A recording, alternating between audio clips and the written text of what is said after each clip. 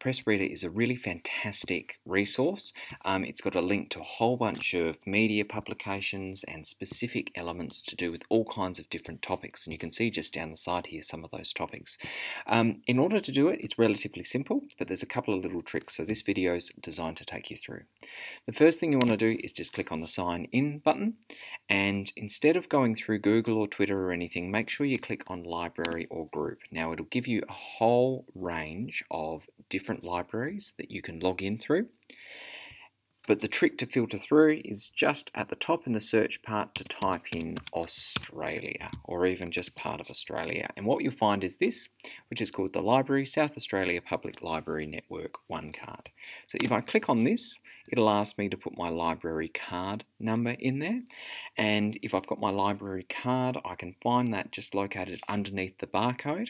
Otherwise, I can always send a quick email or go and visit someone in the library and they can tell me what it is. And that's exactly what I've done. So I can click in here and just paste my barcode number straight in and click Sign In. The next step will take me through to this point to create an account. So I can do that just by putting in my school details and making a password. Okay, once I've done that and I create my account, I'm in. So once I'm in here, I've got some fantastic stuff that I can do. If I'm interested in a particular topic like film, I can type it up here and see a range of different things that are available to me.